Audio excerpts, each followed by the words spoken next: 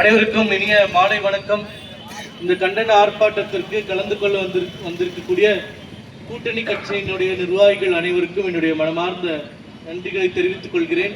அதிமுக, அமமுக, அண்ணன் திருமாவளவன் அவர்களுடைய தென்னிந்திய ஃபார்வர்ட் பிளாக், மருது சேனை, தமிழ் மாநில காங்கிரஸ் உள்ளிட்ட கட்சியின் தலைவர்கள் அனைவருக்கும் என்னுடைய மனமார்ந்த நன்றி. பாரதிய ஜனதா கட்சியிலிருந்து வந்திருக்கக்கூடிய மாநில செயலாளர் அண்ணன் திரு கதலி நரசிங்க பெருமாள் அவர்களுக்கும், இளைஞரணியினுடைய மாநில துணைத் தலைவராக இருக்கக்கூடிய சகோதரர் வெற்றி அவர்களுக்கும், திரு அஜித் இளங்கோ அவர்களுக்கும், பொதுச் செயலாளர் திரு ஆதித்யா சேதுபரி அவர்களுக்கும், கோட்ட பொறுப்பாளராக இருக்கக்கூடிய அன்பு சகோதரர் திரு வீரமணி அவர்களுக்கும், இளைஞரணி மாவட்ட தலைவர்களாக சிறப்பாக பணியாற்றி கொண்டிருக்கக்கூடிய அன்பு சகோதரர்கள் அருண் பாண்டி, சிவராமன் மற்றும் பிரகாஷ் அவர்களுக்கும்,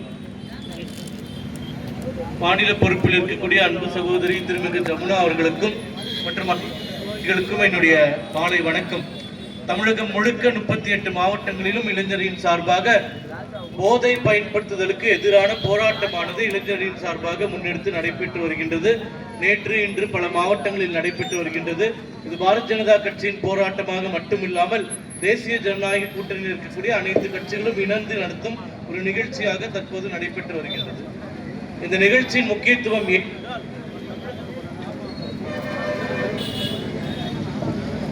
தமிழகத்தில் கடந்த 4.5 ஆண்டுகளாக கட்டுக்கடங்காத அளவிற்கு கஞ்சா புழக்கம் அதிகரித்திருக்கிறது என்பதை பாரதிய ஜனதா கட்சியினர் சொல்லவில்லை. ஆனால் இங்கே இருக்கக்கூடிய தமிழக காவல்துறையும் தரவுகளுமே சொல்கின்றது. இங்கே மாநிலத்தின் சுகாதாரத்துறையாக அமைச்சராக இருக்கக்கூடிய திரு மா சுப்பிரமணியம் அவர்கள் ஜீரோ அவைலபிலிட்டி ஆஃப் ட்ரக்ஸ், அதாவது தமிழகத்தில் கஞ்சா புழக்கமே இல்லை என்று முழு பூசணிக்காவை சோட்டில் மறைக்கக்கூடிய ஒரு பொய்யை தொடர்ந்து சொல்லி வருகிறார். தமிழகம் முழுக்க கடந்த 4.5 ஆண்டுகளாக கஞ்சா புழக்கமும் போதை புழக்கமும் தலைவரித்து ஆடுகிறது என்பதை இங்கே இருக்கக்கூடிய அனைவரும் பார்த்து உணர்ந்து இருக்கிறோம்.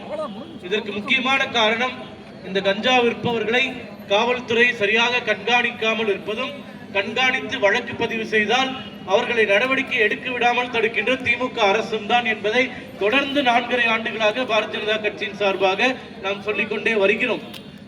இப்போது கடந்த 2022ஆம் ஆண்டு தமிழகத்தில் 62,750 போதை மாத்திரைகள் கைப்பற்றப்பட்டிருக்கின்றன என்றால் 2024ஆம் ஆண்டு அந்த எண்ணிக்கையானது 1,41,000 உயர்ந்திருக்கின்றது. இது 255% வளர்ச்சி.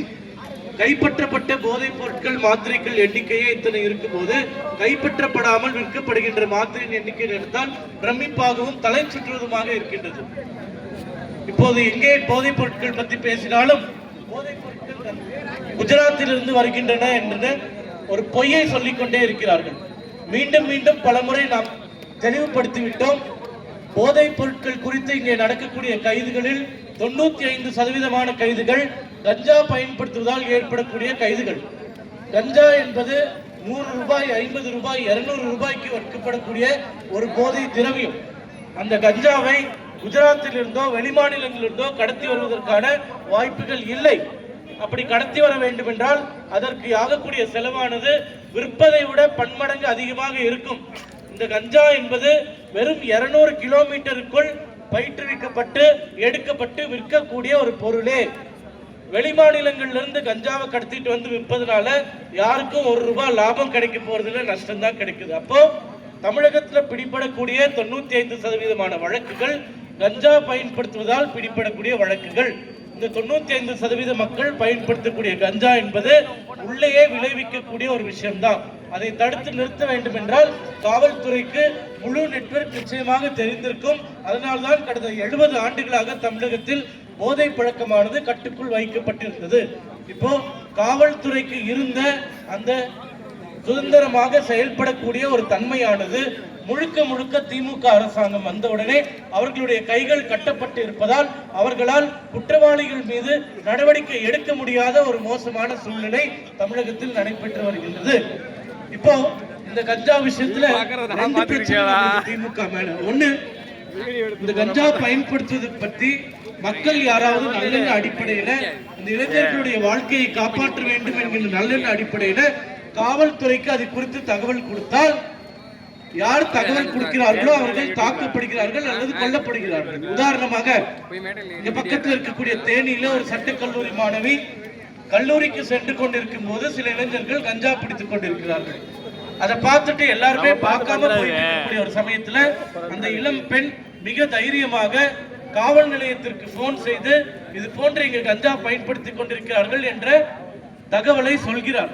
கல்லூரி முடிச்சிட்டு வீட்டுக்கு போய் அந்த பெண் இருக்கும்போது அவருடைய வீட்டிற்குள் மாலை நேரத்தில் புகுந்த அந்த கஞ்சா பயன்படுத்தியவர்கள் இரும்பு வாளியால் அந்த பெண்ணை கொடூரமாக தாக்கி இருக்கிறார்கள்.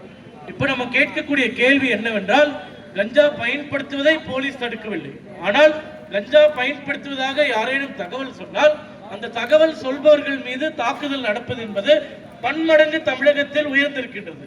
அப்போ இந்த கஞ்சா பயன்படுத்துபவர்களுக்கும் காவல்துறைக்கும் ஆளும் திமுக அரசிற்கும் என்ன தொடர்பு இருக்கின்றது என்ற கேள்வியை கடந்த 4 ஆண்டுகளாக கேட்டு வருகிறோம்.